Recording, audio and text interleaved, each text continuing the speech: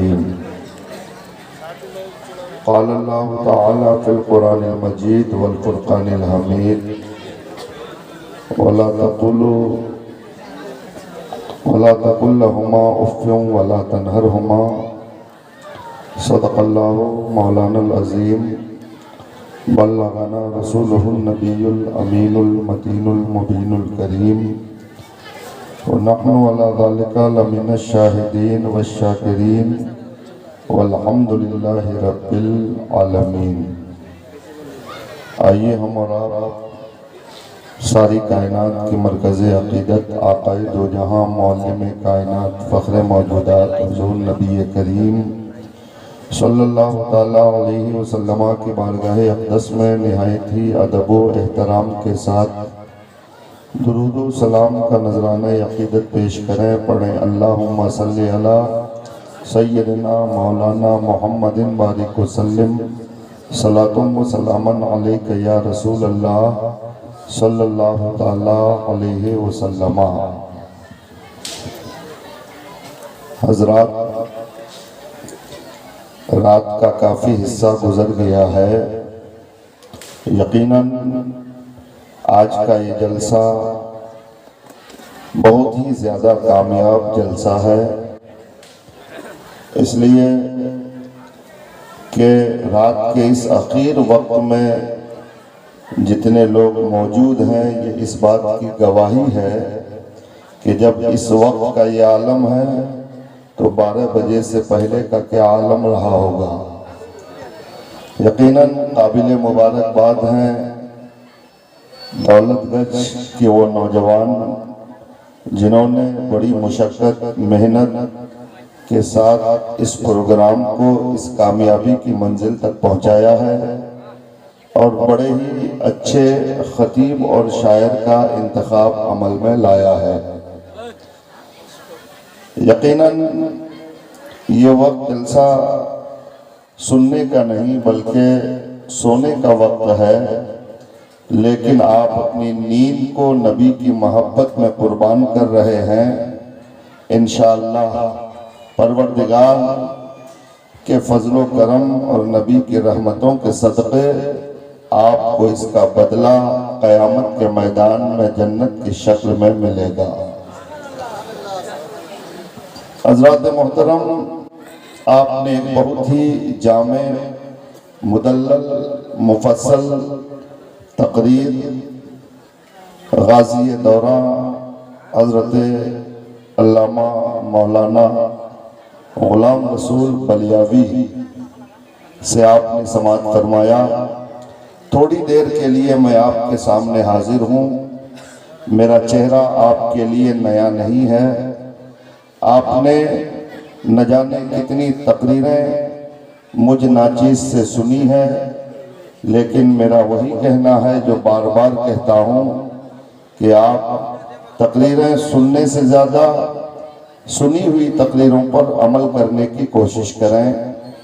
یقیناً بڑے بڑے جلسے ہمارے علاقے میں ہوتے ہیں، بڑی بڑی کانفرنسیں ہوتی ہیں، 8-10 لاکھ کا جلسہ ہوتا ہے، لیکن اگر آپ صرف سن کر ان باتوں کو نکال دیں گے تو کوئی فائدہ نہیں ہے۔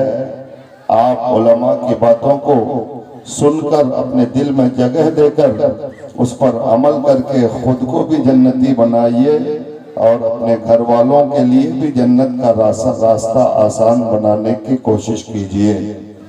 حضرات محترم، آج مسلمانوں کی جو حالات ہیں پوری دنیا میں اور خاص کر کے ہندوستان کی سرزمین پر، ہمارے پڑوسی اسٹیٹ صوبے میں مسلمانوں پر جو ظلم و بربریت کا پہاڑ توڑا جا رہا ہے، ہماری مسجدیں جلائی جا رہی ہیں، قرآن مقدس کے نسخوں کو نذر آتش کیا جا رہا ہے، اور سب سے بڑے دکھ کی بات یہ ہے کہ جانے ایمان کانے ایمان اور عقیدت کی جان آقا کائنات مصطفیٰ جان رحمت صلی اللہ تعالیٰ علیہ وسلم کی شان میں گستاخیاں کی جا رہی ہے۔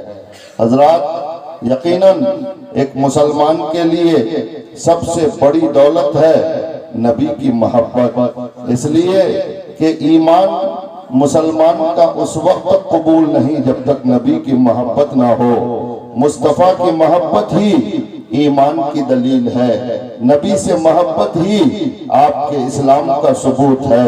اگر نبی سے محبت ہے تو آپ کی نماز ہے، اگر نبی سے محبت ہے تو آپ کا روزہ روزہ ہے، اگر نبی سے محبت ہے تو آپ کی زکوٰۃ ہے، اگر مصطفیٰ سے محبت ہے تو آپ کا حج ہے۔ اگر نبی سے محبت نہیں، آپ لاکھ نمازیں پڑھ لیں، لاکھ روزہ رکھ لیں، آپ جتنی بار چاہے حج کر لیں، اگر نبی سے محبت نہیں ہے تو یہ عبادتیں رب کی بارگاہ میں قبول نہیں ہے۔ آپ لاکھ سجدے کر لیں لیکن مصطفیٰ کی محبت کے بغیر نہ آپ کا سجدہ قبول ہے نہ آپ کا حج قبول ہے، کوئی بھی عبادت خدا کی بارگاہ میں قبول نہیں۔ اس لیے ڈاکٹر اقبال نے کہا ہے کہ محمد کی محبت دین حق کی شرط اول ہے، محمد کی محبت دین حق کی شرط اول ہے، اسی میں ہو کر خامی تو سب کچھ نامکمل ہے۔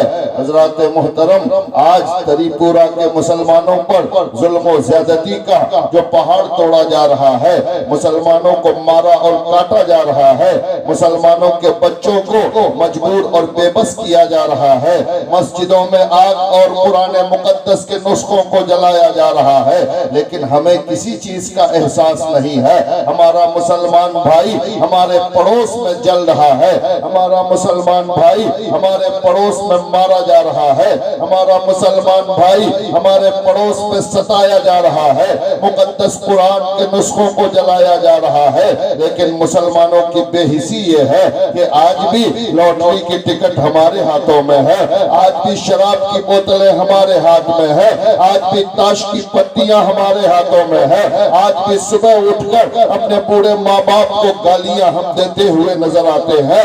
اے مسلمانوں، اگر اب بھی نہیں سدھرے ان حالات کو دیکھ کر تو قسم خدا کی آج جو تری پورہ کے حالات ہے، کل تمہارے دروازوں پر ظلم و زیادتی کے وہ آوازیں دستک دینے لگیں گے۔ اس وقت پھر تم آج جس طرح تم تماشائی بنے ہو، کل تمہارے گھر جلیں گے تو دوسرے علاقے کے مسلمان تماشا بن کر دیکھتے رہیں گے۔ اس لیے اے مسلمانوں، اپنے ایمان اور عقیدے کو جگاؤ، اپنے اسلام کو جگانے کی کوشش کرو۔ میں یہ نہیں کہتا کہ تم تلوار لے کر ہاتھ میں جاؤ لڑائی کرنے کے لیے، میں یہ نہیں کہتا کہ تم بم اور بندوق لے کر میدان میں اتر آؤ، تلوار اٹھانے کی ضرورت نہیں ہے، بم اور گولی ہاتھ میں لینے کی ضرورت نہیں ہے۔ اگر تم چاہتے ہو کہ دوسرا تری پورا ہندوستان میں نہ ہو تو قسم خدا کی کسی تلوار اور تیر کی ضرورت نہیں، اپنے ہاتھوں میں تلوار کے بجائے مسلح اٹھا لو، اپنے ہاتھوں میں تیر کے بجائے قرآن مقدس کے نسخوں کو اٹھا لو، اپنے قدموں کو میدان جنگ میں لے جانے کے بجائے محلے کی مسجد میں چلے جاؤ۔ قسم خدا کی دنیا کی کوئی قوم تمہارے طرف نظر اٹھا کر دیکھنے کی ہمت نہیں کرے۔ اس لیے ظالموں کو شکست دینے کے لیے لڑنا ضروری نہیں ہے، آپ خدا کی بارگاہ میں جھک جاؤ، اللہ کی بارگاہ میں اپنی پیشانیوں کو جھکا لو، گناہوں سے توبہ کر لو، اللہ اور اس کے رسول سے سچی عقیدت پیدا کر لو۔ قسم خدا کی جس دن سے تم گناہوں سے باز آ جاؤ گے، جس دن اپنا سر رب کی بارگاہ میں جھکانا شروع کر دو گے، قسم خدا کی اللہ ساری کائنات کے سروں کو تمہارے قدموں میں جھکا دے گا۔ شرط یہ ہے کہ تم اللہ کی بارگاہ میں جھکو، شرط یہ ہے کہ گناہوں سے سچے دل سے توبہ کر لو، شرط یہ ہے کہ ماں باپ کی عزت اور اس کے وقار کو سمجھنے کی کوشش کرو، ورنہ اسی طرح مارے اور کاٹے جاؤ گے۔ حضرات محترم، آج ہمیں اس بات کی کوئی پرواہ نہیں ہے کہ ہمارا مسلمان بھائی کہاں پر کس طرح ظلم کا شکار ہے، ہم اپنی موج مستی میں ہیں۔ اے میری قوم کے نوجوانوں، میں آپ سے بالخصوص مخاطب ہوں، رات کو 12 بجے تک 1 بجے تک اپنے موبائل میں تم مست رہنے والے نوجوانوں، گھروں سے باہر نکل کر کھیت اور کھلیانوں میں اپنے موبائل میں ننگی اور گندی سینے دیکھنے والوں، قسم خدا کی اگر تم نے اپنا طریقہ نہیں بدلا تو دنیا تمہارے وجود کو مٹا کر رکھ دے گی۔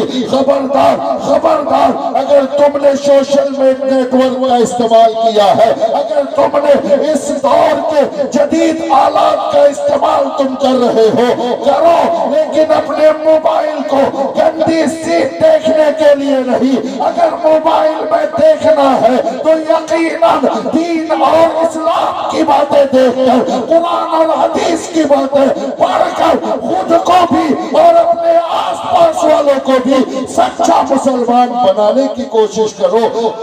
اور بزرگوں، آج ہمارے حالات اتنے نازک ہیں، ہمارے حالات اتنے بگڑے ہوئے ہیں کہ آج نوجوان بچہ اپنے بوڑھے ماں باپ سے کہتا ہے میں نے آیت کریمہ تلاوت کی ہے۔ قسم خدا کی دوستو، حالات سماج میں ایک برائی ہو تو بولا جائے، اس لیے کہ پورا سماج گندگی کا یہ ڈھیر بن چکا ہے۔ سماج میں بے شمار برائیاں ہیں، کس برائی پہ انگلی اٹھائی جائے، کس برائی کی نشاندہی کی جائے، کس غلطی کی اصلاح کی جائے۔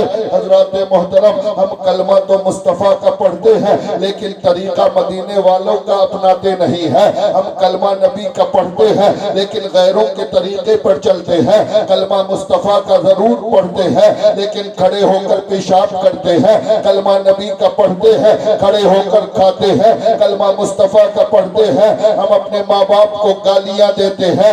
کلمہ نبی کا پڑھتے ہیں لیکن ہم اپنے بڑوں کی عزت نہیں کرتے ہیں۔ کلمہ مصطفیٰ کا پڑھتے ہیں لیکن ہم جھوٹ سے پرہیز نہیں کرتے، حرام روزی سے باز نہیں آتے، دوسروں کی بے عزتی اور تذلیل کرنے سے باز نہیں آتے ہیں۔ اللہ اللہ، اے لوگوں، اگر تم نے نبی کا کلمہ پڑھا ہے تو مصطفیٰ کی سیرت پر عمل کرو، نبی کے طریقے پر چلو، غوث اعظم کا کردار اپناؤ، غریب نواز کے طریقے پر چلو، نظام الدین اولیاء کے بتائے ہوئے راستے پر چلو، امام عشق و محبت اعلیٰ حضرت کے بتائے ہوئے اصول کو اپنے زندگی کا نمونہ بنا لو۔ جس دن سے تم اللہ اور اس کے رسول کے بتائے ہوئے راستے پر چلنا شروع کر دو گے، پوری کائنات، پوری دنیا تمہارے قدموں سے قدمیں ملا کر تمہارے ساتھ چلتی ہوئی نظر آئے گی۔ سبحان اللہ، نعرہ تکبیر۔